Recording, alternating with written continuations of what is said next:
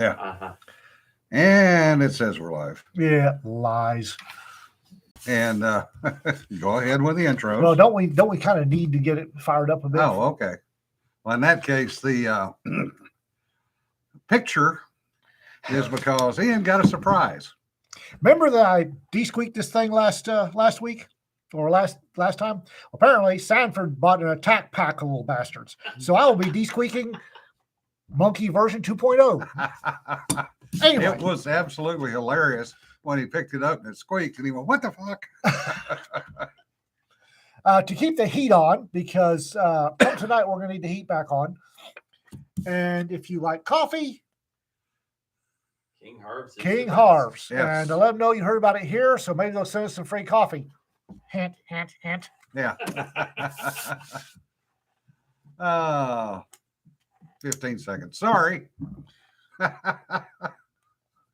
And away he goes. Oh, yeah, this little bastard's going to die.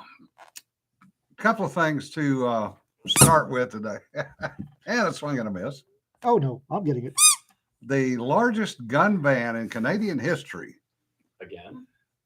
Oh, this is a Up good to one. date.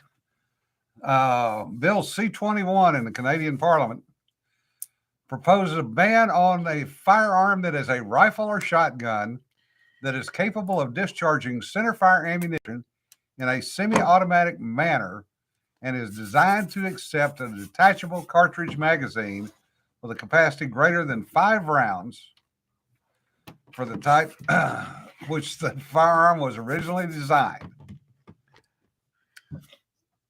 They are also The monkey. I hate monkeys. I know Anyway. you hate monkeys. Anyway, you were saying. So also tabled was a 478-page amendment, 478 pages of an amendment banning thousands of additional Canadian firearms by name. Does that sound familiar to anybody? They voted for him. Yep. I'm not so sure of that. This, I'm not sure their elections are any more honest than ours. yeah. So basically, the bottom line was the amendment constitutes a blanket ban on all types of semi-automatic firearms, period. Once they get semi-autos out of the way, they'll start working on bolt actions. Yeah. I was going to say bolt action doesn't count. And revolvers. Yet. Yeah. Revolvers. Yeah, they'll be That's next. next. Yeah. Everybody thinks, oh, they just want those icky, but they'll leave Grandpa's hunting rifle. No, they won't. No, they're not. Yeah. And the people out there where bears live are going, oh, no. Yeah. The people voting for the legislators don't live where the bears live. And they have protection with. I can't twist his head off. It's not working. Damn it. Would you like a knife? I've got one. It's more satisfying to twist their little heads off. It's a From lot easier on an actual monkey than it is on a rubber one. what I've seen of you trying to pull the squeaker out, it's not all that sharp a knife is the problem. Oh, it's Yeah. a sharp knife. Let's go, Brando. Yeah. Yeah. Yeah, Grandpa's hunting rifle will become a sniper rifle. Yep. No question. They'll show a couple of movies from World War II or a Carlos Hathcock documentary, and all of a sudden a 30-06, because that's what he used, was a Yeah. Winchester Model 70 30-06, which is Grandpa's hunting rifle. Yeah. And that's what Carlos Hathcock racked up 93 kills with. Yep. That all of a sudden, oh my God, it's a sniper rifle. And that one will go bye-bye. Yeah. It was actually a heavy barreled Model 70 pulled from the Marine Corps MWR. That's where those rifles came from. They weren't special order. No. Not in Vietnam, they weren't. No. And Jim Land told me the story of the way he got scopes was he sent a sergeant to Okinawa with all the money they could scrape up and told the sergeant to buy every scope he could get his hands on. Okinawa had scopes. Yeah. I'm shocked. So they got Redfield tombstones and Unertals out of the exchanges in Okinawa. And that's what outfitted the original rifles. Now, Magnum rifles will become Magnum revolvers will be the Dirty Harry Magnum cop killers. Yep. CUK, for example. Good point, Carlton. leave the squeaker in while twisting the head off. Yeah, too late for that. We'll have to get another one. No problem. That's what I hear. So for those of you that follow me on Facebook, I had a bit of a rant that Facebook decided to memory hole. So Yeah, no shit. in our grand tradition of Facebook, central bank digital currency. China has very quietly admitted, very quietly, that the new digital yuan, the Chinese digital currency will have an expiration date. If you don't spend it within a certain period of time, it goes away. Okay, for those of you following, central bank digital currency is a fantastic way for the government to know everything you buy, everywhere you go, because wherever you spend it, it's digital. Yeah. They know where you spend it and what you buy it on, or what you use to buy it. It's a great way.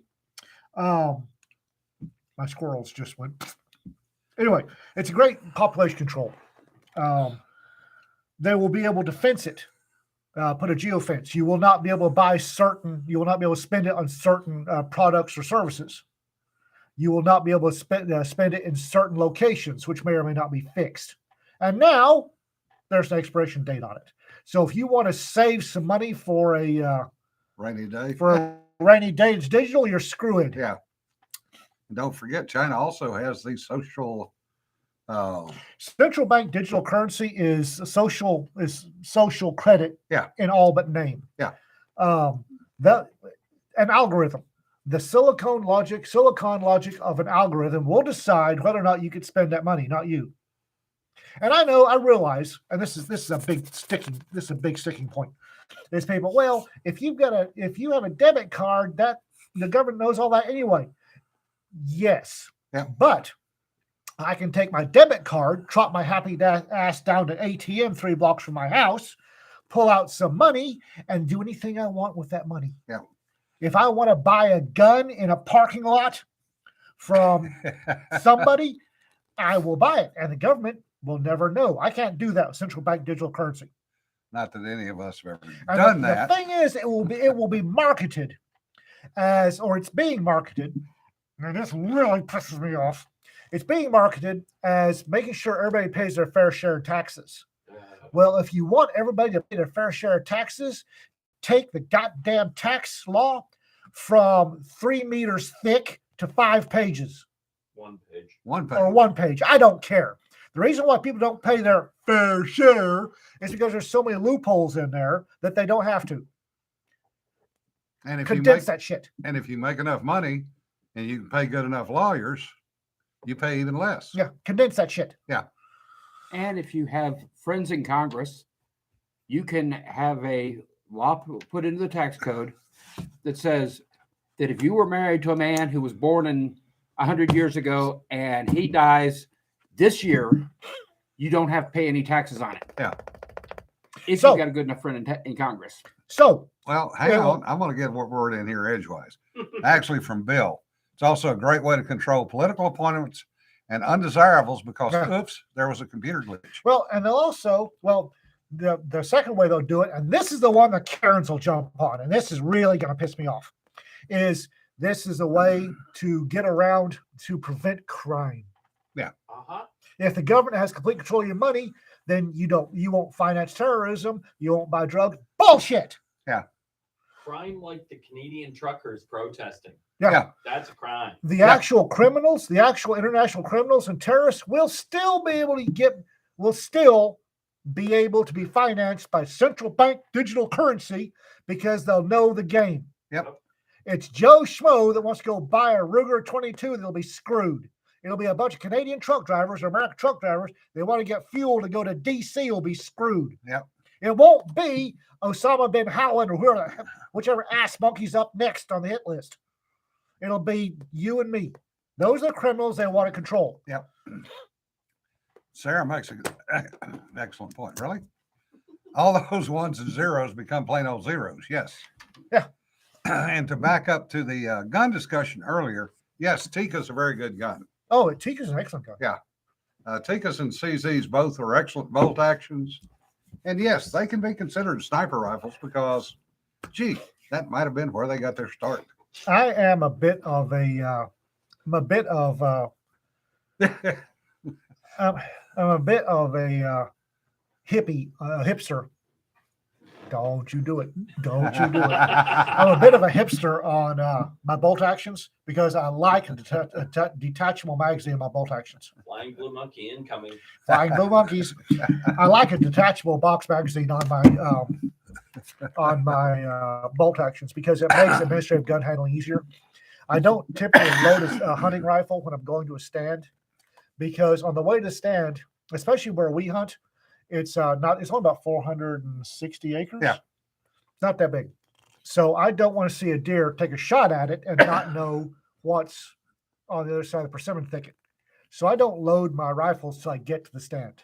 I also don't load my my rifle if I'm climbing into a high height or crossing a barbed wire fence. So a detachable box magazine makes it easy. I just drop the magazine, run the bolt, do whatever I need to do, get the stand, put it in the box magazine, run the bolt. I'm good to go.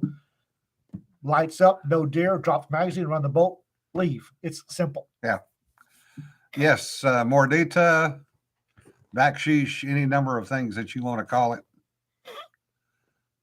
30-40 with a hopper to fill. Oh, fun. You're running a Krag? Cool. It's a good rifle. Yeah. Decent rifle. Plata o plomo, lead or silver? Yeah. For those of you who don't know, Plata o plomo is a South Texas Mexican thing. Yeah. And it's basically take the bribe or get killed. Yep. Plata o plomo is take the silver, the bribe, or get killed, shot full of lead. Yep. In other news, yeah, excuse me. Another news, Deej Oh boy. You're up. has some experience with China, and we've kind of asked him to share a little bit of that. I don't have a lecture or anything No. ready, but Do we ever have lectures here? true. I'm sitting here killing a blue plastic monkey. You want a lecture? You just got through lecturing us. I want a lecture. I was a rat. There's a difference. No, there's not. So there are two strains of protest going on in China right now that are astonishing. And I'll get to why they're astonishing in a moment. One started at the Foxconn iPhone manufacturer plant, and I forget where that is. Is that Chengdu? Chengdu. Okay.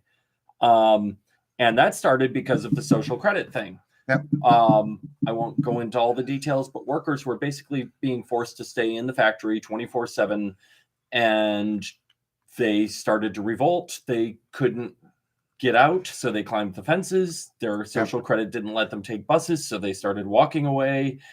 And Wow. yeah, The peasants are revolting. even Got that better. right. They stink on ice. Even better, related to the lockdowns, so it also relates to the social credit. Universities everywhere, as far as I can tell, I'm possibly wrong. I haven't been going deep into the news, but like in Beijing, in Shanghai, in Chongqing, students are protesting.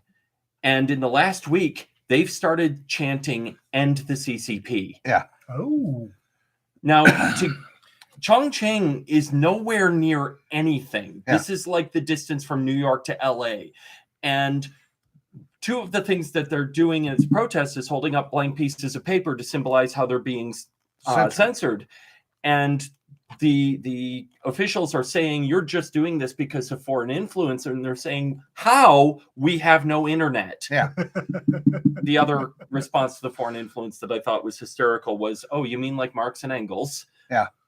And for a little perspective, the Tiananmen protests, which lasted about 2 months in 1989, I think it was a few weeks longer than that, but that was about 20,000 students, all in Beijing, mostly from Peking University.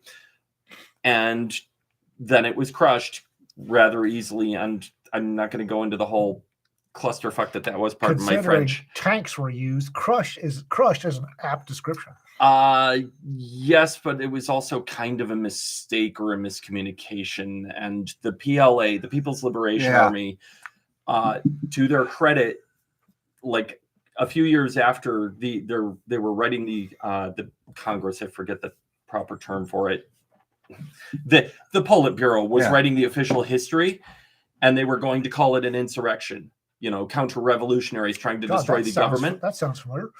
The People's Liberation Army said, "Fuck no." Yeah. Oh, really? It is referred to as an incident because the PLA said this was the most shameful moment in our history because we are the People's Army and Oh, we wow. fought the people. Yeah. Now, Oh, this was wow. behind the scenes. It wasn't widely known, but the PLA actually acted honorably after the fact. I grant Wow. you. Yeah, But well, it was- and John makes up a good point. They had to bring troops from outside Beijing They did. because they didn't trust the local. And the troops Units. had no training in crowd control and their orders were unclear. Yeah. It was a disaster, not actually intentional as far as I've ever been able to tell. Yeah. In any case, that was about 20, 30, 40,000 students. Yeah. We have millions of protesters all across the country of China, and all of their communications are basically shut down thanks to the social credit. So this is spontaneous and grassroots. Yep. And it's way bigger than Tiananmen was. Yep. Thank you, Rubber Chicken. Oh. I was worried about my monkey there for a second. The other thing is, this also parallels what's going on in Iran currently. Yes. Oh, Iran's fun. In Iran, they're now just shooting people. Yeah, They've gotten to the point. It's like, screw it, we're just going to kill people. that everybody saw that coming. Note to self: bring a cutting board free in. Only if there's monkeys around. I'm currently vivisecting a plastic monkey. Son Yeah. Kong will get you. Yeah, and John makes another good point, which is not well known. Tiananmen was also the region of the PLA where the People's Army Police split from the PLA. Okay. I don't know anything about Yeah. that. There were some interesting documents that we got access to back in the day. Raptor says, out of context quote of the day. I was worried about my monkey there for a second.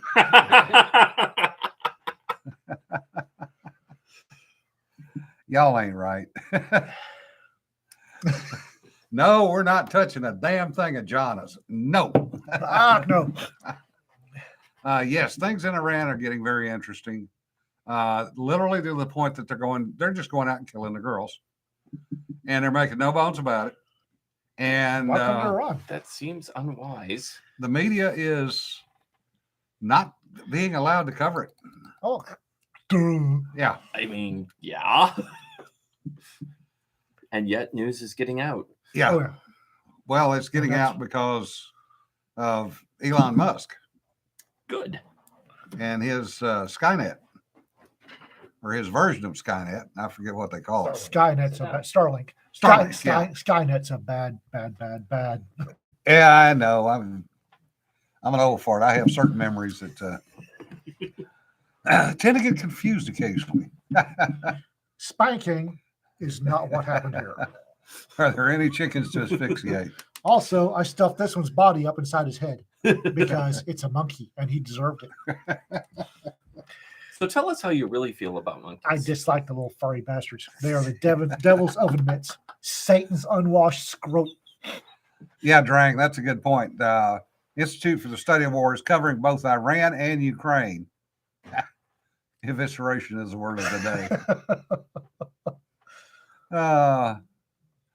Like the effect 3D printers had on gun control, Starlink is having on censorship. Yes. If we didn't have the potato of the United States in office right now, POTUS, potato of the United States, this is a wonderful, what's happening in Iran is a wonderful,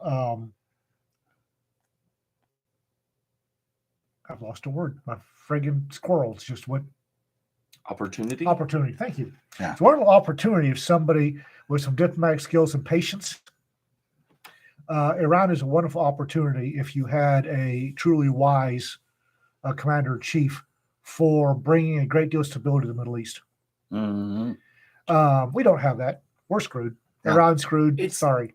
Annoying, and okay, that's not the right word, but how they keep doing, asking for freedom when they're not going to get support from the US. The Green Revolution in 2009 after Obama took office, and Yeah. now with Biden. Now, Yep. there is a wonderful opportunity here. If you slip in some knuckle draggers with PhDs Yeah. to sneak around in the background, not the CIA. Those guys suck. Sorry, that came out. My bad. If there's a knock at the door, I'm running. That came out bad. But can't believe I said that out loud. Oh well. Anyway, CIA sucks. I think what you meant is they blow. Not well. Not well at all. Frank, thank you for Jermaine this. snort coffee. If you sneak some doctorate level knuckle draggers that know diplomacy, with CIA doesn't. State Department doesn't know diplomacy. You sneak some PhD level knuckle draggers behind the scenes, and you will achieve peace in the middle, a better peace than we have now. Yeah. That will last a while. Unfortunately, we don't have anybody sitting in the Oval Office that's capable of formulating that thought. Yeah. He'd be against it if he could. Yeah. Yeah. Frank's already commented. No worries for now. I think Frank saw what I did to the first monkey and fainted. Yeah. Yeah, David, that's a good point too. The countries in the Middle East are going to use Israel as a scapegoat. But what is happening is Netanyahu is coming back. Well, And I think Netanyahu is to the point that he has no fucks left to give. And if somebody crosses Israel again, yeah, they're going to open a can of sunshine on the neighbors. Well, the thing about what's happening in Iran is a lot of the countries that, thanks to Orange Man Bad, signed peace treaties with Israel. Are we forgetting Yeah. this? A bunch of Middle Eastern countries signed peace agreements with Israel, started recognizing them, and that was before Iran went all the way bug nuts. Yeah. So what they're doing right now is not making their Middle East neighbors happy. They're looking at Israel, which is a stable republic with cans of sunshine. Yep. Versus Iran, which is not a stable republic. They are murdering women over there, girls, Yep. and also has cans of sunshine. And going, which of the devil's bargains do we take? Yeah. Oh, Israel looks good. Yep. And Saudi Arabia has put in certain agreements with Israel for flying airplanes and refueling airplanes. David says, Ian, you mean like the treaty Russia and the U.S. signed with Ukraine? No, I do not, No. because we didn't sign the peace treaties. That was between the UAE and Israel, and Saudi and Israel, and Jordan and Israel. It was We- facilitated by the U.S. We may have facilitated it. We were not signatories. I have a silly question. Yes. Israel has nukes. Everybody's known this, Oh, yeah. but Yeah. have they actually acknowledged that they have nukes? Oh, hell yes. Okay. They have. Oh, they have? Last I Oh, yeah. checked, they didn't. They Yeah. hadn't admitted having nukes yet. Last I knew. I mean, They have not- obviously they they have have not. them. They have not officially admitted having nukes. Okay. Fine. They haven't officially. I stipulated the Ev- fact. I wanted to everybody know knows- the diplomatic It's pose. like everybody knows the South Africans cracked a can of sunshine. There are pictures out there, for God's sakes, of airplanes sitting I know, but they haven't. loaded. They haven't officially admitted they have cans of sunshine. It's like everybody knows South Africa tested one over the Indian Ocean. We all know it. They know- tested a precursor, not the actual weapon. I Wait. didn't know that. we I didn't. that's You're a Yes. kid. we also I'm a really old kid, but yes. we know how many they had, 12. We also how many some folks know how many they buried, 8. Yeah. So there's 3 or 4 of them in wandering around. Come on.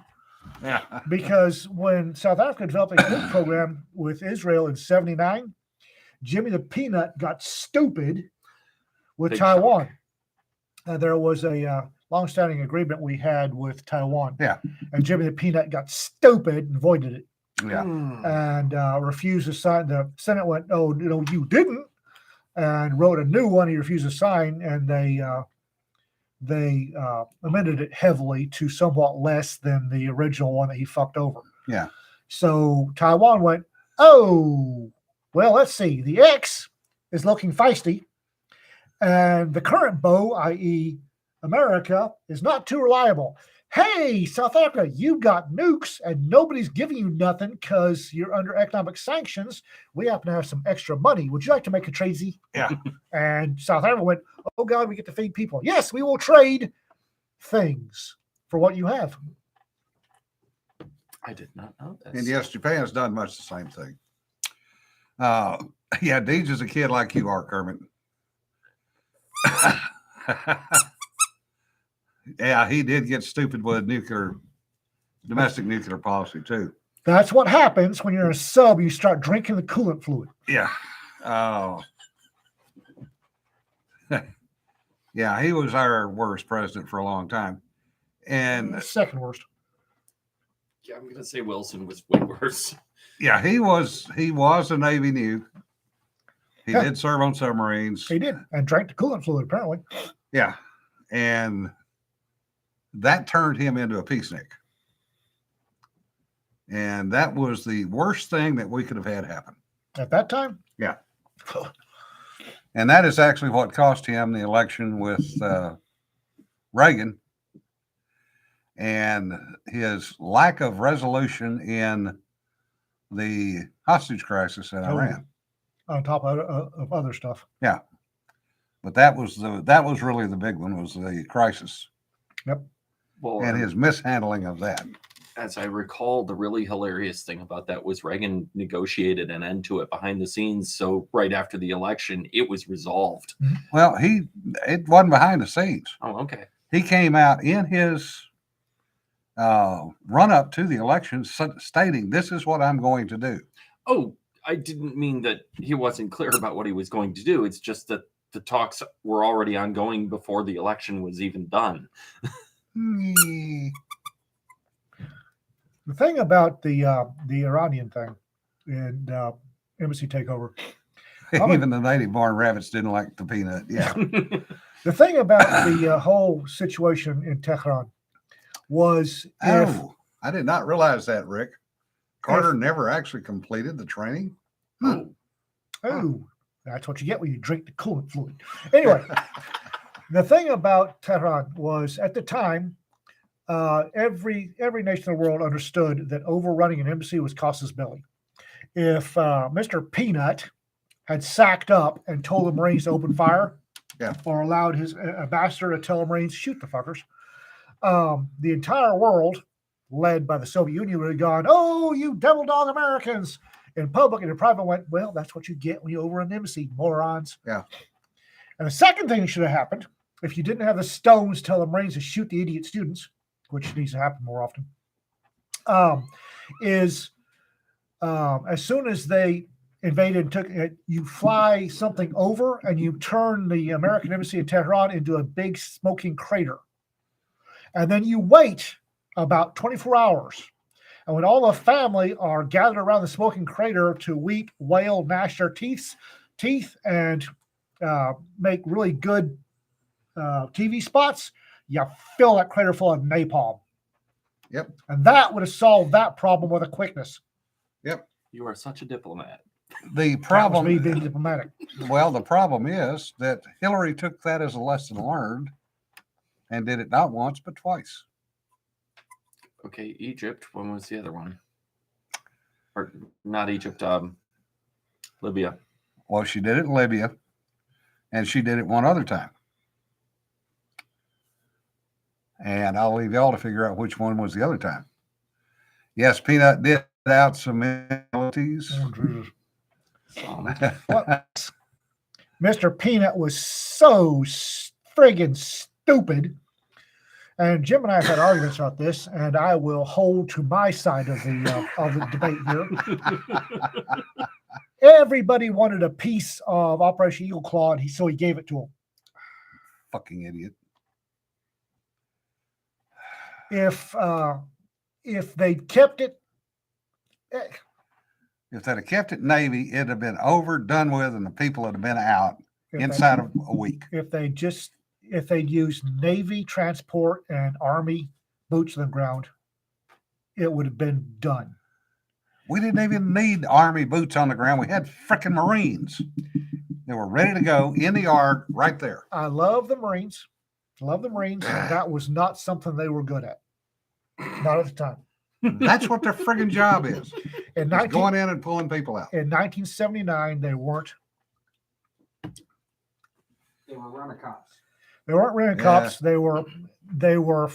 The Marine Corps took it in the neck during the Carter years. Everybody did. Yeah, but CAG was the unit that should have gone in and done. Navy should have flown them in, or friggin' anybody that flew in any Iranian oil field stuff could have flown them in there. Yeah. That's another thing that pisses me off. But drop CAG in there and get the deed done, get out. Having Navy, Marine Corps, Army, Air Force, multiple Army units, multiple Marine Corps units, all involved was stupid and directly laid at the feet of Mr. Peanut. Oh, yeah. Well, and to make it even worse, and there's some Air Force dude that wrote a fucking book that tries to cover up the Air Force fuck ups in that. By the numbers. But the reality was the direction that came down from on high was the Marine Corps pilots would continue to fly the mission, but they weren't allowed to use Marine helicopters. So they were forced to use HM-12 or HM-14's airplanes. I don't remember which now. There were Navy heavy-duty lift HH-53s. However, as David says, they were not rated for Operation Sandy Environment because they were mine hunters. So they were used over water. They had a different interior cockpit layout. They had a different back end. They didn't have the guns. And because of the extra equipment to haul around mine tows, they didn't have the lift capability, which is why they ended up having to refuel en route. The original plan was the Navy would launch off a carrier, fly directly to Tehran, get the people out, and fly directly back to the carrier. Wham, bam, thank you, ma'am. Could have been done. It was planned. Mhm. It was 48 hours from going into operation when Fuzznuts, I can't remember the fucking Army guy, Charlie Beckwith. went, hey, wait a minute, we want to play. We got all these technologies. And then the Air Force, oh, we want to play. Beckwith actually had a plan put together. He had been putting together Blue Light and CAG with this in mind, and he already had everything written out, just needed to adapt it. Yeah, well, the problem was that, Drang, it looked like the same chopper, but it wasn't. And the Marines had zero experience flying those choppers. Yeah, they were qualified in H-53s. They didn't have the time to relearn where everything was. Brilliant. And believe me, folks, one of the critical things in aviation is to be able to go in blindfolded and know where everything in your bird is. Every switch, every piece of emergency gear, everything. One of the checkouts when you're flying single place airplane is what they call a blindfold check, where you're in the cockpit and the instructor tells you G meter, and you immediately go to where the G meter is.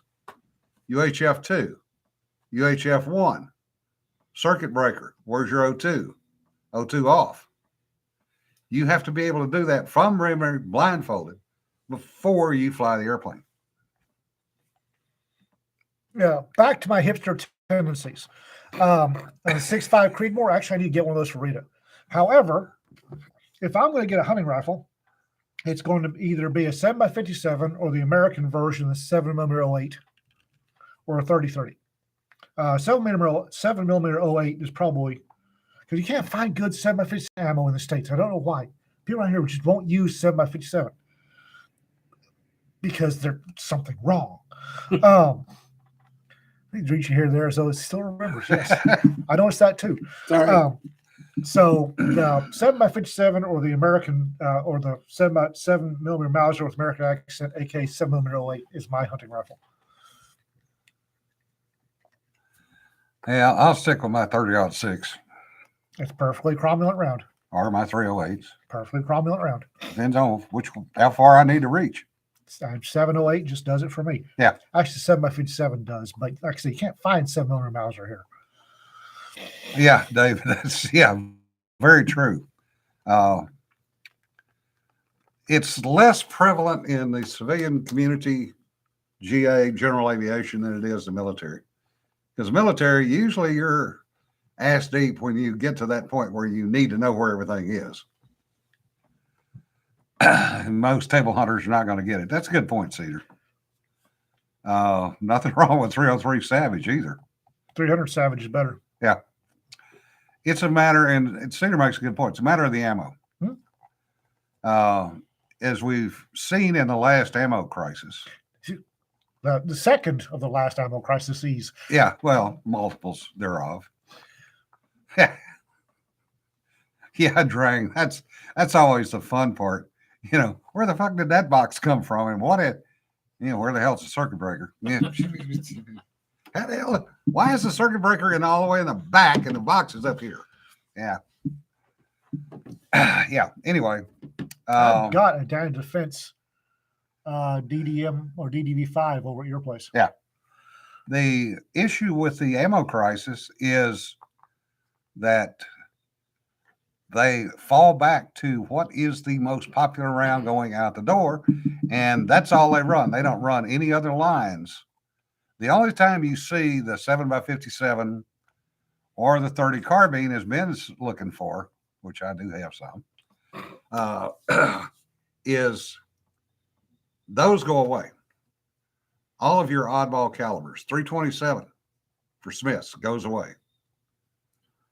You know, the only thing you're going to get is 45-9, 30-06, 308, Which is maybe some 30-30. which is why I tell folks, I will tell folks this to the world's over, and nobody ever freaking listens to me. When you find a rifle you like, if it's your hunting rifle, or any weapon, any firearm you have at your house, you need a minimum of 500 rounds to that firearm. Yeah. A friend of mine got a Tika. We were talking about Tikas earlier. Got a Tika 338 Federal. Fantastic combination. I told him, you better get 500. Well, the way you hunt, better get 1,000 rounds of 338 Federal. Yeah. No, it's all right. He can't find 338 Federal anymore. Yeah. He's got a rifle that's pretty much built for him that he can put holes in targets at will where he wants them. He can't find ammo. And I told him, 15 years ago, they needed to buy minimum 500 rounds for that rifle. He didn't listen. Yeah, I had 5.56, and actually 5.56 pretty much dried up there for a while too. 38 special, good fucking luck. I was lucky a few years ago because I was in the right place at the right time with the right connections, and I was buying ammo by the case. If you're hunting, you need a minimum of 500 rounds. Yeah. And that will do you for probably your for most people, honestly, will do you for your hunting lifetime. 500 rounds, 3 rounds are sighted in every season, 4 or 5 deer, you're good for 30 years. Now, if you got your social rifles, yeah, you need a minimum of 1,000 rounds for social rifles. Yeah, Brian, the problem with the Cowboy 38 is it's downloaded. Oh, it's downloaded. I mean, it's you're looking at 700 feet per second. yeah, if that. Now I will say, and I do carry in my Colt, I carry in 38 special wad cutters because that is an effective round as a wad cutter, especially in stubbies. Yeah. I do love 38s. Rita by preference will take a 38 revolver, She's got all of mine. Yeah. Matter of fact, literally, And she you will has. never see them again. She has all of my 38 revolvers because she favors a New York reload. Yeah. There are several. You might need to explain that to some people that may not be familiar A with New that. York reload is Yeah. when you just grab another gun. Yeah. It's she's got three. When she travels, she has 338s in the car. There's going to be 24 or 18 rounds before she'll empty one, drop it, and grab the next. That's a New York reload. Anyway, there are some good mid-level companies nobody knows about or that make self-defense ammo. I would trust. Underwood is one of them. Underwood makes a hard cast 150 grain, I think 150 wad cutter. Yeah. That's it's non-plus P. It's standard pressure, and it is a gem of a round. And Underwood, not many people know about it, so they don't sell out quick. Yeah, Bill, you're a little bit different case. Minimum stash should be 10K for primary, 5 to 10K for primary pistol, Yeah. and at least 1K for every type of shell for shotgun. That's assuming people can afford that. A lot of people can't. What I heard you ought to do is buy a pallet of ammo and find a rifle to run it. There are people that do that too. A few years ago, we were actually looking at buying an entire pallet of ammo. Buffalo Moor is good, but people have heard about it, so they run out. Yeah. Underwood, people haven't heard about it yet. And it's not Garrett, somebody else is coming out with some real good 38 wad cutters. Oh, crap. Yeah. I forget who that was. Yeah, they just recently came out with it. But look, much as I love Hornady and Federal, and I do, I love Hornady and Federal, for especially pistol ammunition, start looking at some of your mid-range Yeah. folks. Freedom Arms is another good one. For ammo? Huh? For ammo? Yeah. I didn't know they were making ammo. Yeah, they're out of, I want to say South Dakota or Iowa, somewhere out west. Didn't know they were making ammo. Yeah, Mosin is not a bad hunting rifle. Folks, there is no bad hunting rifle per se. It's the rifle you have when you need to go hunt. Well, Now, I will With that- say, before I go any further, if you are a 30-30 owner, do not use Hornady Levolution in a friggin' Winchester. no, not built for it. Boy, that was fun. Disregard. I will add a caveat to what Jim said about no bad hunting rifle. Don't use a 22 for a moose. All right, fine. Be that one. As long as it's enough rifle, any rifle's good, as long as it's enough. We're going to get somebody that's going to say their grandmother killed a moose with a 22 and they've got the pictures to prove it. Yes, And but beating it to death with the Yeah. stock doesn't count. No. grandma also spat out 12 kids Yeah. while bringing in the cows. So I don't care. Have enough rifle. Yeah. Yeah, the Lever Revolution was Hornady did the Lever Levolution. Revolution. I can talk. Fucking squirrels. And now I forgot what I was saying. Okay, Lever Revolution. Hornady built the original 30-30 round around Marlin micro groove rifling. Yeah. It doesn't work as well in Winchesters. And we discovered this. Well, I already knew it, but I had forgotten it. And we discovered it with Jim's 94, and the Lever Revolutions were hitting, when they were hitting the target, which Yeah. wasn't very often, they were hitting sideways. And yours, And mine too. I had a long barrel 94. because you were out of ammo. And I said, I got this Levolution I've never used. Let's try it. And when it hit, it was going sideways. Yeah. Now, out of my Marlin 336, dead nuts on. Out of the Winchesters, not so much. So I gave him I all got the a Levolution. lot of Lever Revolution ammo that day. And I went back to my 150 grain Corlock Remington that Which is- works like a champ. Which is an excellent round to this day. And it sprayed keyholes everywhere, Kermit.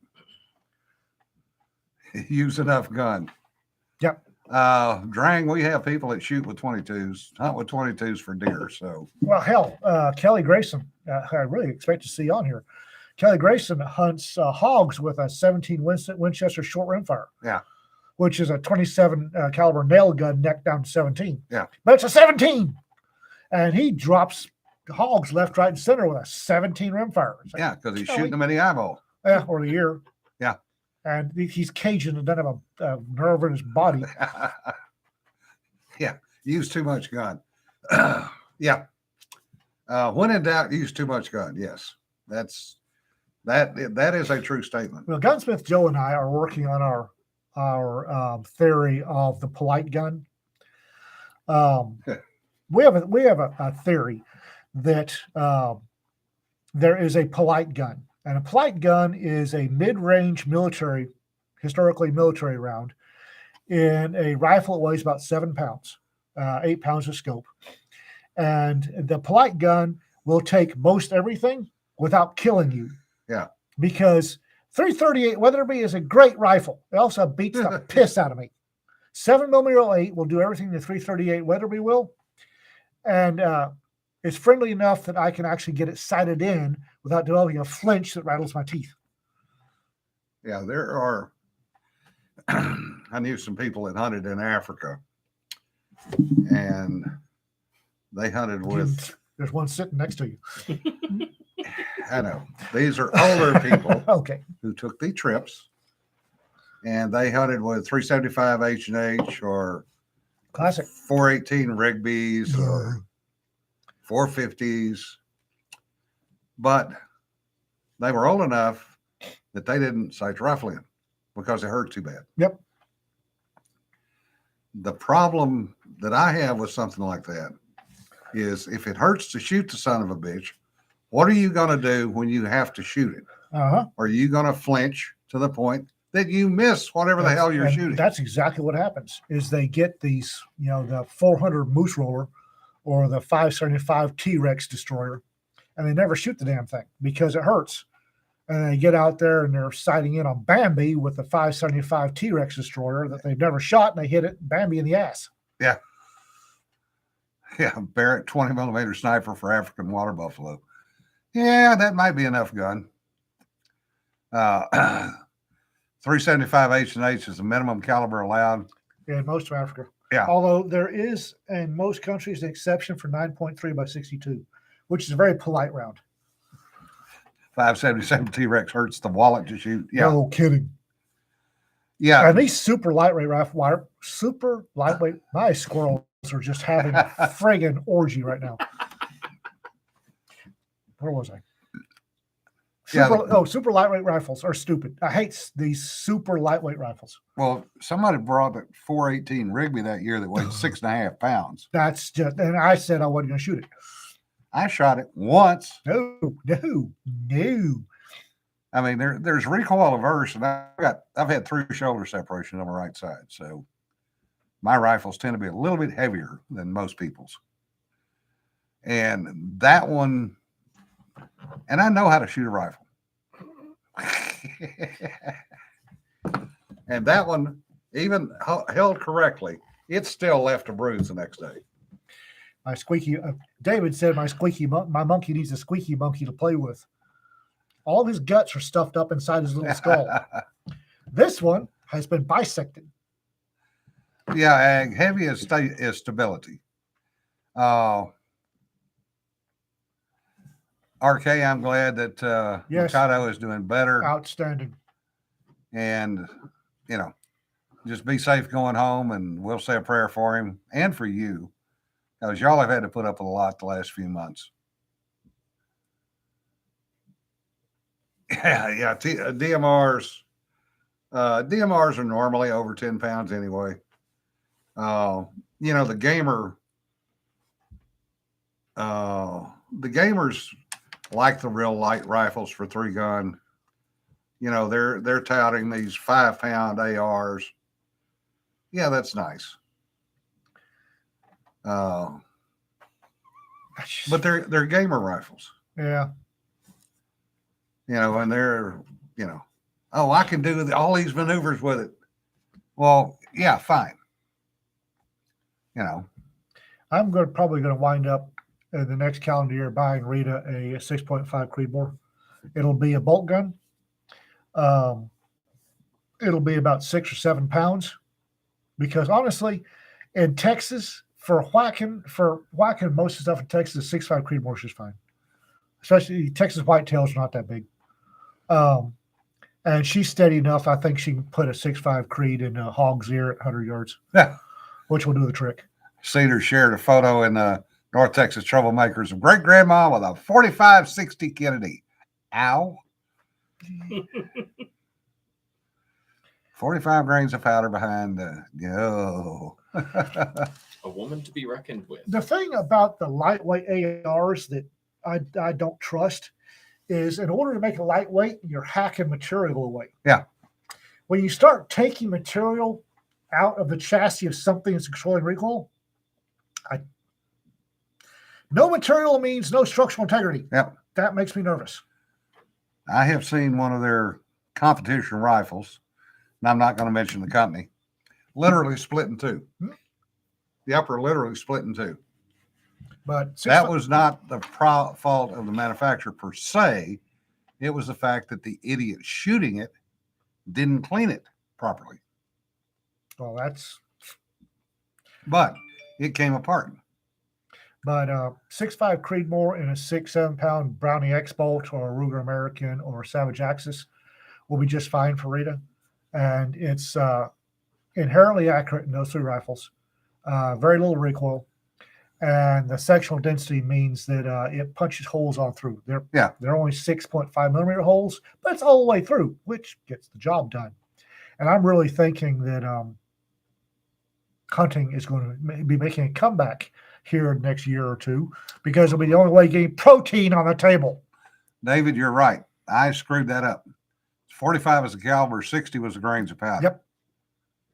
4560, 4570, 4590, and 45110, I think. Yeah. Or was it 5110? Yeah. I Okay. think there was a 5110, There was a 5110 and a 5090. 5090. Yeah. Those are both sharps, I think. Yes. Yeah. Okay.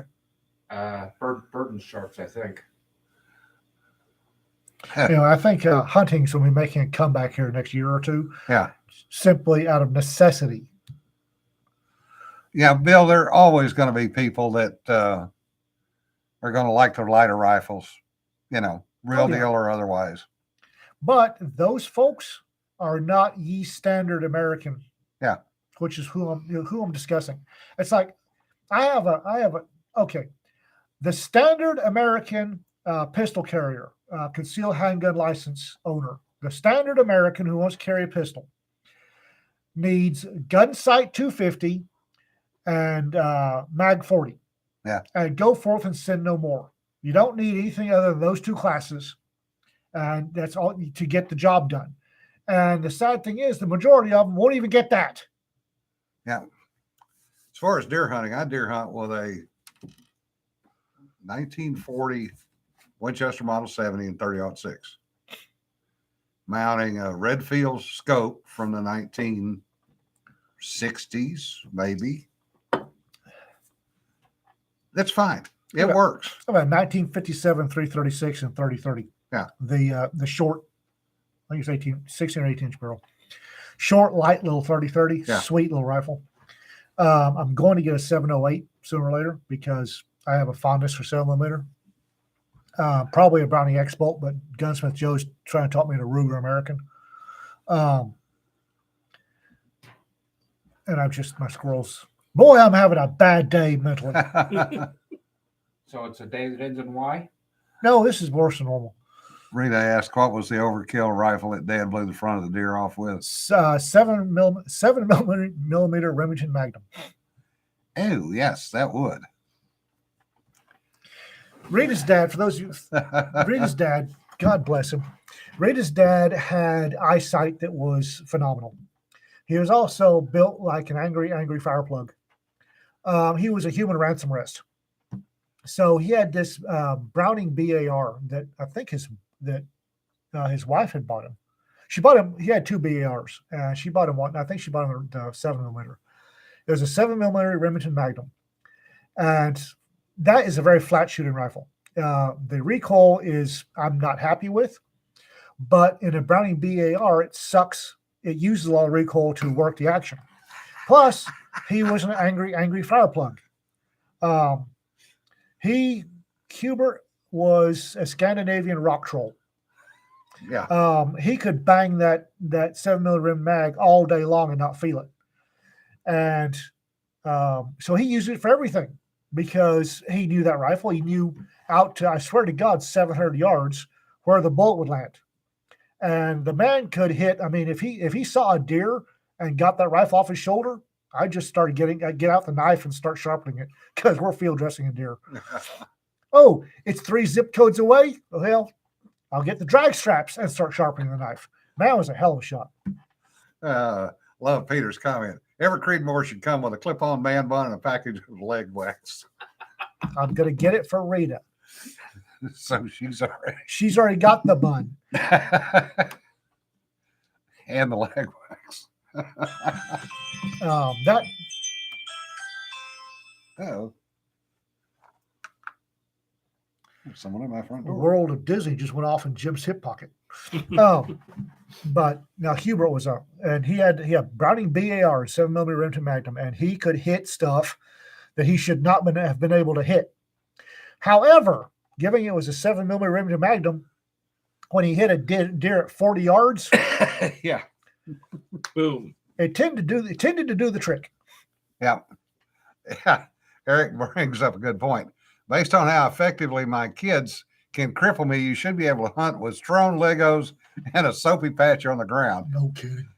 Yeah. Well, Legos, D4s. I still say jacks are worse. Well, yes. D4s. Yeah. No, jacks. Yes. D4s. Because they will Metal impale. jacks. Yeah. yeah. Especially if you got the ones that don't have the little balls on the points. Yes, which are the ones that I had Yes. and my daughters strewn around once. I still have a chunk of bone missing in my foot because of that. Yeah. That, and Bill, that's an excellent point. People don't actually practice. No. It is a perishable skill, very much so. Yes. Oh yes. Yeah, I am dreading getting back, getting at 30 out and seeing if I can get on target because it's going to be a bad day. I haven't shot that thing in 2 years. Whew. Jesse says, worries about. Oh, and I lost the comment. There it is. The idea of something heavy enough to make a BAR jump kind of worries me. I wanted a bipod for that bad boy.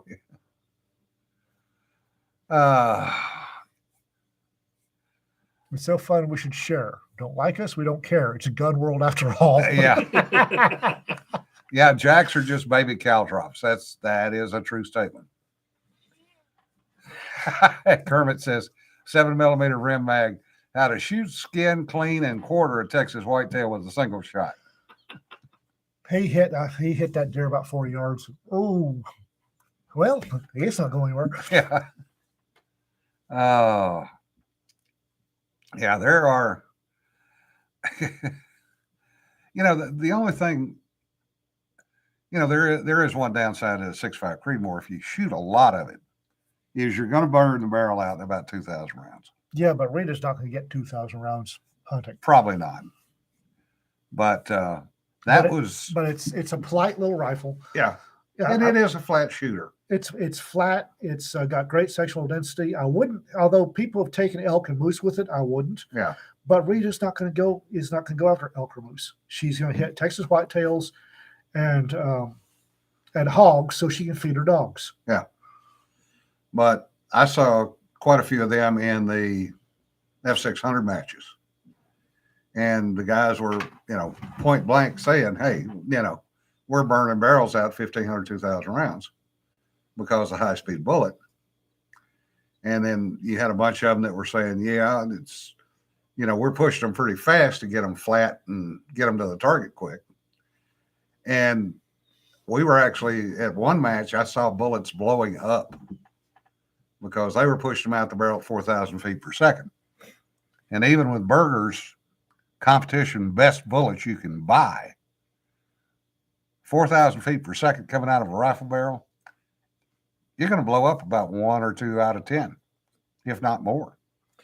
Kermit says it's a slower round talking about the 6.5 Creedmoor marginally than the 260 Remington. Yeah, he's correct. And I would rather get a 260 Rem for Rita, but you can't get ammo for it. Yeah. And you can't get rifles for it.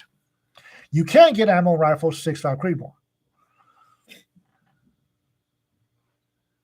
Yeah, Kermit, literally 4,000 feet per second. Yes, that's what they were pushing it at. 243 is a great round. It really is. Yeah. I love the 243. My female cousin has hunted with a 243 for 40 years. There it is. And that's how I wind up getting it. 6.5 Grendel's a little slower, but good luck finding ammunition and barrels. The thing about 6.5 Grendel is Alexander Bill, whoever owns Alexander Arms, the guy Yeah. that invented the 6.5 Grendel and the 50 Beowulf, guy's a moron. He makes every time he makes a proprietary round so that nobody else can load the damn thing. So if you want to get, although 6.5 Creedmoor or 6.5 Grendel might be open, but at the time the 6.5 Grendel was proprietary, and the only people allowed to load it were him. Yeah, Rick, 4,000 feet per second. They were not telling us what powder they were using, and I'm pretty sure they were packing that sucker full of whatever it was. Okay. But they were literally saying they were getting almost 4,000 feet per second out of a 6.5 Creedmoor barrel. Ben Hunsinger asked, no news on case. Last night, my lawyer's executive assistant finally contacted my subject matter experts. So they're supposed to be actually getting the case. I had to call the probation office today because of the order to report for pre-sentence investigation. And I wanted to make sure they knew I was going to be there because I didn't want to show up and sit in a room full of people, half of which I probably interacted with on a professional basis, while they dicked around and tried to find the paperwork. I'm still a little crispy about that. Now we wait to see what the prosecution does when they see my subject matter expert list. Because if they do their due diligence and research my subject matter experts, somebody's going to tighten a shot group with a quickness. You got who? And on that note, folks, we're going to call it a day. Yes. Secret wig powder. Bringing back the Redcoat Empire. For some of those people, yes, they were so hyped up on shooting well in the matches so they could get their points. They were not a fun group of people to shoot with. They were almost as bad as the bench resters. Nobody's as bad as bench resters. They were trying.